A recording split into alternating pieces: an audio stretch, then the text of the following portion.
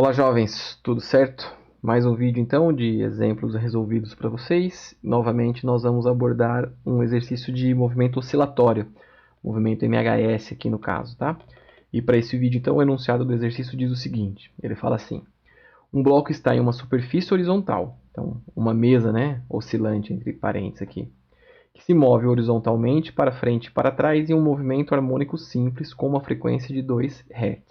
Então a gente tem uma mesa que se move para um lado e para o outro, né, para frente e para trás, seguindo um MHS com 2 Hz de frequência. E ele diz que existe atrito, né, o coeficiente de atrito estático entre o bloco e a superfície é 0,50. Então eu estou falando de atrito estático, significa que o bloco não deve deslizar sobre a mesa.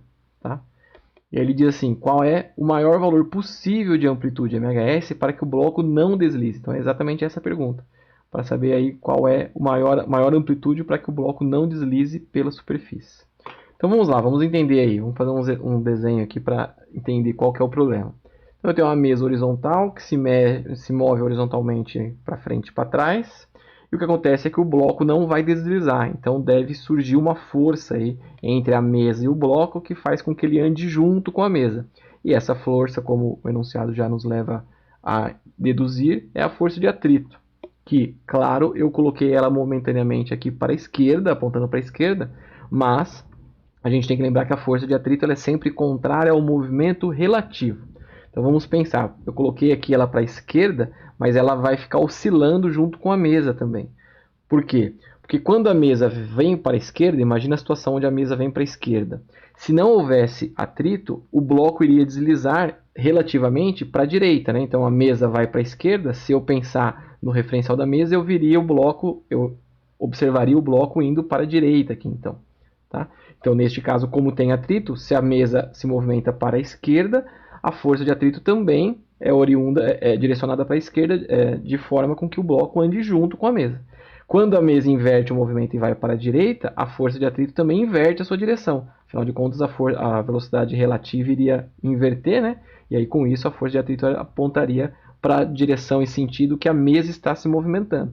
Então a força de atrito sempre segue o movimento da mesa. Mesa para a esquerda, força de atrito para a esquerda. Mesa para a direita, força de atrito para a direita. Só que como eu quero um valor máximo de amplitude para que o sistema não deslize, então eu estou falando de um limite, né? Eu estou no limiar de se movimentar. Qualquer amplitude maior já iria fazer com que o bloco escorregasse. Então, se eu estou no limite, no limiar do movimento, eu posso lembrar que a força de atrito fica escrita aí como sendo a força normal, né? A intensidade da força normal do bloco e a mesa, aqui da mesa sobre o bloco, vezes o coeficiente de atrito, e eu coloquei C aqui, mas não, é atrito estático, tá? Então, atrito estático aqui, é um E, ok?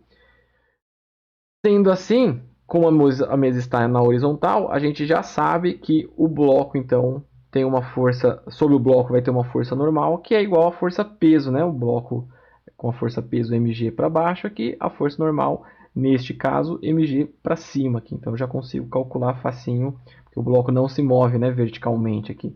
Então, eu tenho facilmente aí que a normal é mg, que a gente já conhece de outros exercícios, né? Pela segunda lei de Newton, então, eu tenho que a força resultante é igual a massa vezes a aceleração, e eu vou tentar relacionar essa aceleração com o movimento mhs. Então, eu tenho que a força resultante, no caso, na horizontal, a única força que atua é a própria força de atrito, a gente vai desconsiderar aqui resistência do ar e coisas do tipo. Então, eu tenho que normal vezes μc, né? μe, desculpa, aqui é μe de novo. Toda vez que tiver mc é μe, tá? Eu escrevi errado. μe é igual a massa vezes a aceleração. Então, eu tenho que força-peso, né, mg, coeficiente de atrito, igual a massa vezes a aceleração. Então, como eu tenho massa de um lado e massa do outro da equação, eu posso simplificar essa massa. Então, sobra aqui a aceleração do sistema aí que depende do tempo, né? Vai ser a gravidade vezes a força, o coeficiente de atrito. Só que ele diz que é um movimento MHS, então como é que eu vou relacionar essa aceleração com o movimento aqui? Usando a ideia do MHS, e a gente sabe que no MHS a equação de movimento, né, solução da equação diferencial lá de movimento MHS, é uma função do tipo amplitude cosseno de ômega t mais φ, onde ômega é a nossa frequência angular, e o φ seria um termo de fase aqui, né? Porque a solução poderia ser na forma de seno também, né? Então eu deixo esse φ aqui como um termo de fase, mas nem vai ser problema para a gente. Por que eu vou usar essa função? Porque eu lembro que velocidade, né, a velocidade do movimento mhs, eu posso determinar a partir da derivada da função posição aqui, da função deslocamento. Então, fazendo esta derivada, qual que é o resultado que a gente obtém? A gente obtém lá a derivada, a amplitude é uma constante, né, xm aqui, que é a amplitude, é uma constante, derivada do cosseno. Derivada do cosseno é menos seno, só que eu tenho que derivar o argumento também. E o argumento que depende do tempo é apenas o ômega t. Então sai um ômega multiplicando, né? Então fica menos ômega, amplitude, seno de ômega t mais φ. E além disso, a gente lembra que a aceleração é igual à derivada temporal da velocidade. Então se eu derivar mais uma vez a função posição, né? Então fazer duas derivadas da função posição, eu chego aí na aceleração. Então se derivar de novo aqui, o resultado que a gente tem é derivando a velocidade, né? Então eu tinha o menos que continua aqui. Novamente, a amplitude é uma constante, a frequência angular também é uma constante. Eu vou derivar só a função seno de ômega t mais φ. Derivada da função seno é cosseno. E derivando o argumento vai sair mais um ômega, então. Por isso que fica ômega ao quadrado. Então, menos ômega ao quadrado, amplitude, cosseno de ômega t mais φ. Entretanto, como eu estou falando de máxima amplitude, eu também estou falando de máxima aceleração, né? Seria aquela aceleração máxima onde o meu sistema não vai escorregar. Se eu estou na máxima amplitude, eu estou falando de máxima aceleração. E máxima aceleração vai acontecer nesse caso, então, quando o cosseno aqui for máximo, né? E o cosseno é máximo em mais 1 ou menos 1. O cosseno ele fica limitado, né? Entre mais 1 e menos 1. E nesse caso aqui, então, vai ser máxima quando o meu cosseno for menos 1, né? Porque a aceleração máxima, eu tenho menos 1 com esse menos que estava aqui na frente, fica mais 1. Se fosse mínima, aí é mais 1, né, o cosseno. Então, nesse caso aqui, a gente consegue definir que para que eu esteja na amplitude máxima, o valor do cosseno tem que ser igual a menos 1. E isso vai nos ajudar aqui, ó, porque então, se o cosseno é máximo dá menos 1, então vai sobrar só a aceleração como sendo ômega ao quadrado, amplitude máxima.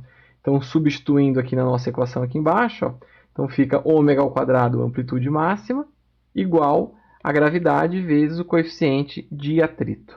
Então, neste caso, lembrando também que frequência angular é igual a 2πf, e o f o exercício nos dá ali, que é 2 Hz. Eu consigo, então, isolar a amplitude máxima como sendo gravidade vezes coeficiente de atrito, dividido por ômega ao quadrado, só que aí o ômega eu vou substituir por 2πf, então 2πf ao quadrado, e substituindo os nossos dados do exercício, gravidade 9,8, coeficiente de atrito 0,50, 2π é 2π e a frequência é 2 Hz. Fazendo essa conta na sua calculadora com cuidado, aí você vai chegar num valor de amplitude máxima 0,031 metros. Beleza? Então é isso, gente. Qualquer dúvida, estou à disposição. Um abraço e até a próxima.